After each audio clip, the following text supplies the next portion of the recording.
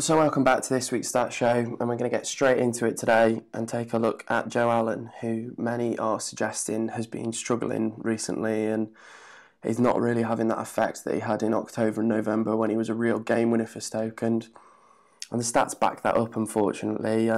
It really has been a tale of two different years for Joe at Stoke. His goals are down, his assists are down. The only assist he has in 2017 was the pass that he gave to Shaqiri last weekend at Newcastle, so not exactly the best of assists, and think something to write home about, passing it for somebody else to score a wonder goal. And whilst there is an argument to say that perhaps his attacking output has dropped because of him moving deeper into the midfield and not really getting in those positions where he can change the game in an attacking sense, you'd expect his tackles and interceptions to increase if he was dropped deeper into midfield, to be that combative midfielder to help the Stoke side win the ball back and transition further up the pitch. And this has really led to many calling for Allen to be replaced, but unfortunately, as we all know, there isn't too many fit centre midfielders in our team. The only other one currently is Charlie Adam, which I don't think any of us want to go through after his performance against Bristol City on Tuesday night.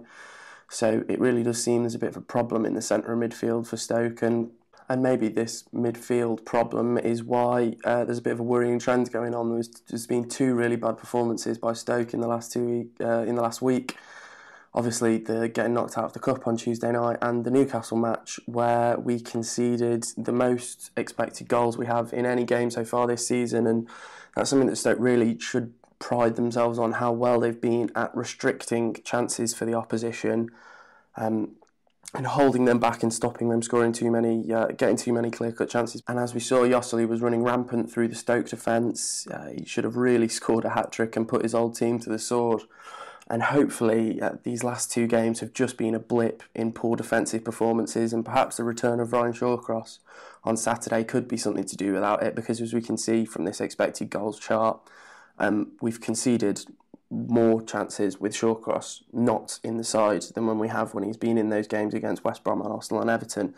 So maybe we need our captain back to really install that defensive security.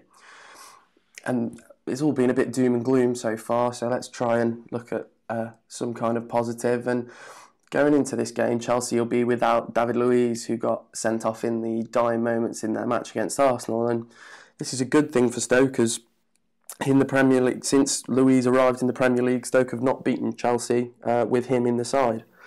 We got those two wins once when he was out, not picked, in the 3-2 win where Saidi scored, and the other came once he had transferred to PSG. So hopefully with no Luiz, Chelsea will be missing that linchpin to that back three system that won them the title last year, and maybe Stoke even have a chance in that game to sneak another fantastic result like we have at home against Arsenal United. So yeah, that's it for this week's Stat Show. Leave the video a like if you'd enjoyed it. Comment below for stuff you want to see in the Stat Show in the future. And make sure you subscribe to the Bear Pit TV.